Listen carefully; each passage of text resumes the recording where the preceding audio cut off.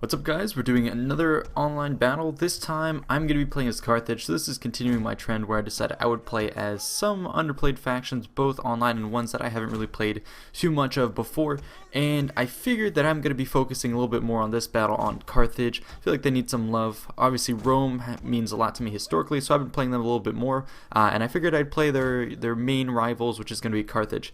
Anyways, in this battle I knew my opponent was going for a Pontus build, so what I decided to do was bring kind of an unorthodox army, especially when you're facing Pontus, because Pontus, you can imagine, is going to be cavalry heavy, it's going to be skirmishing heavy. So what I've done is actually taken no range units, which I usually bring, like you saw in my countering cataphracts video, and instead what I focused on is a lot of these mercenary units as Carthage would have done. But my main idea here is to try and bait my opponent in, try and get him to get really comfortable with my main line, which has basically lots of sword infantry. Try and bait him into that, and then when he gets close, when he falls into that trap, basically swing in, close the jaws on my opponent with these flanking components, which are going to be made up of, basically in total, it's going to be about 7 cavalry units, so I think that should be enough to envelop him, and we'll see if this strategy works.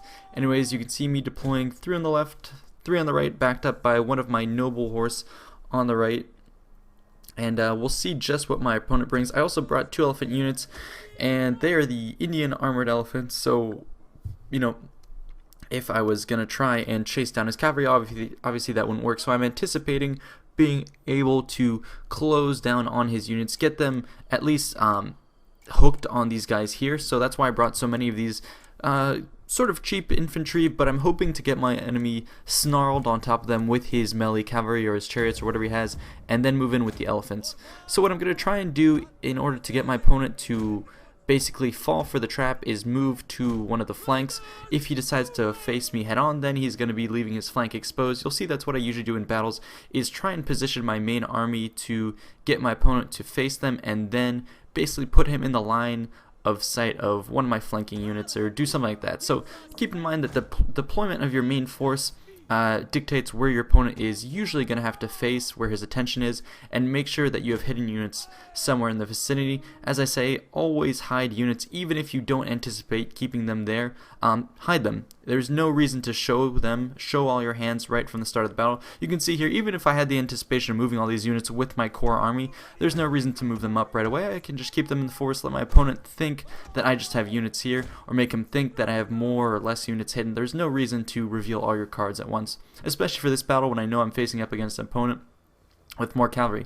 But what has happened actually is my opponent is kind of playing mind tricks too. He chose Pontus, and usually when you think you're fighting Pontus, you think you're going to be fighting against a cav heavy build, and so you might bring a lot of spears, you might bring a lot of your own cavalry, you might bring a lot of skirmishers. But my opponent actually here, I think, only has 4 or 5 cavalry, so I actually outnumber him in the cavalry department, and he has brought up actually a lot of these swordsmen and then also some spearmen to back them up. So you can see how this battle is going to go down. Now the main problem is I didn't even bring one slinger unit, so in retrospect that's probably what I think I should have done in order to at least fight off his horse archers.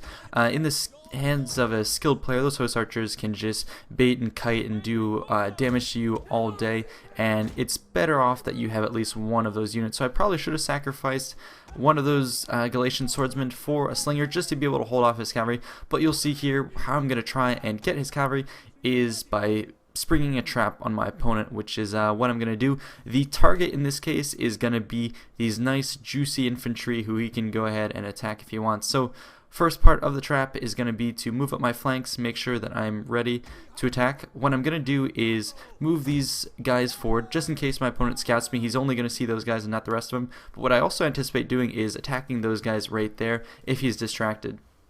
So my opponent is starting to take the bait, and I'm going to pretend that I'm nervous. I'm going to pretend that I'm going to reform the line here. Basically what I'm trying to get him to do is get very comfortable, and I can either attack him with this wing here or the right one. It really all depends. So I'm going to do an about face as he's moving forward. I'm not sure what sort of micro he has, and of course here you can see either he's microing them or he has his units on skirmish mode. Either way, his units are going to fall back. So I'm trying to do this just to keep him from getting a steady trail of shots on me, but also to sort of get him engaged in this battle, the more I can get him to sort of chase him off and then turn around and he chases me back, it's the more he gets drawn into this back and forth here, and the less he starts thinking about, okay, what might be on the flank. So he's so focused on avoiding the central push. See, I push with my cavalry, fall back, then I'm going to do an about face and attack him. I'm going to get him so caught up into that sort of little game that he thinks that's the only thing he has to be careful of. But of course, I have a lot more in store for him. You can also see the rest of his army is forming up there. It's a nice infantry corps, but it's very, very stationary. You can see all his micro is basically going into these cavalry, so I know he's focusing dead on here, trying to pick off as many of my men as possible. You can see that's being very effective here. He's singling out, I think, the same unit over and over. Okay, no, 2 units if you look at the unit tab bar below. So he's doing a good job of picking off some of my units and concentrating fire. What I'm trying to do is bait his guys over here. I hope he tries to take the bait of chasing off my general, because that would lead him into a trap, but my opponent doesn't.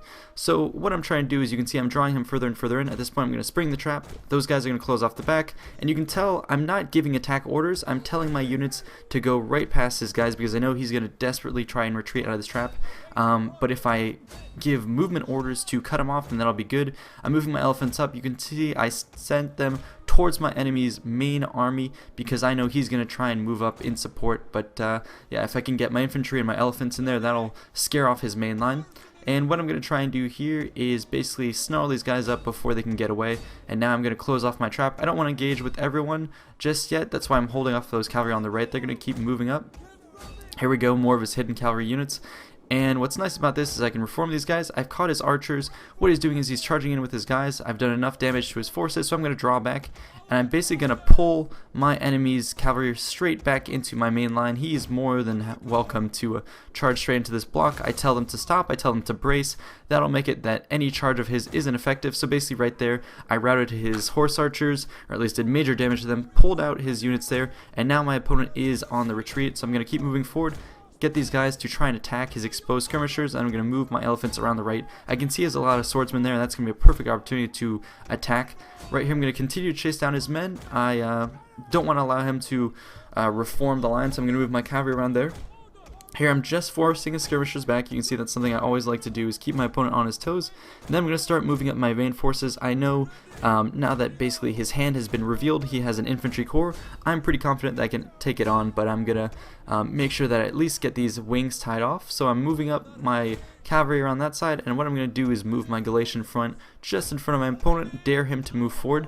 I don't think he's going to, because if he does, he'll expose his flanks to these elephants. So what that allows me to do is kind of pin his center in fear, and at the same time try and mop up what he has on the sides. And these elephants are going to be very, very crucial in taking out his men. You can see he actually has a lot of forces, I think more infantry than I do. Quality is maybe not as good, but in a numbers game he can do still very well. So my guys are going to keep moving up, and yeah, I'm going to pull these guys back. He's trying to charge one of my spear units. That's a good idea. He's getting these guys while they're a little bit isolated, but I'm going to come and reinforce with one of my own units. Move this cavalry unit up. These guys are in the flank. They're going to charge some of his spears there. Going to keep moving these guys around. He can charge my general. I'm just going to pull my guy away. And over here you can see my opponent is off microing other regions, and I was able to attack his skirmishers right there. So here, still reforming the line, I engaged one of his guys there. You can see on the right he actually was able to catch one of my spear units, sadly out of formation, so they're not going to be doing too well. We're going to go ahead and turn around and attack his general. Going to keep drawing him out a little bit, but then engage with the 2 front attack there. Here he's moving up against my guys. I'm going to decide to pull my forces back. I figure I don't want to attack too quickly to his main line. I want to get his whole forces drawn out, and then any stragglers are going to get picked off by my elephant units. And at the same time, give my units more time to take out the flank here. I'm going to put out my cavalry. I don't think they need to be engaged in that fight. You can see here he's caught up with my men. He's doing an all-out attack. That might be good for him in the sense that he's caught my men with their backs turned, so he did gain an initial advantage, but he's charged in complete disarray, which is a real problem for him because it means that he has a lot of gaps in his line, and he's only now going to start plugging them. And yeah, with my cavalry superiority, I can now swarm around. You can tell these guys to start attacking. These cavalry are going to form up, and you can see my elephants in the back are going to start crushing his men.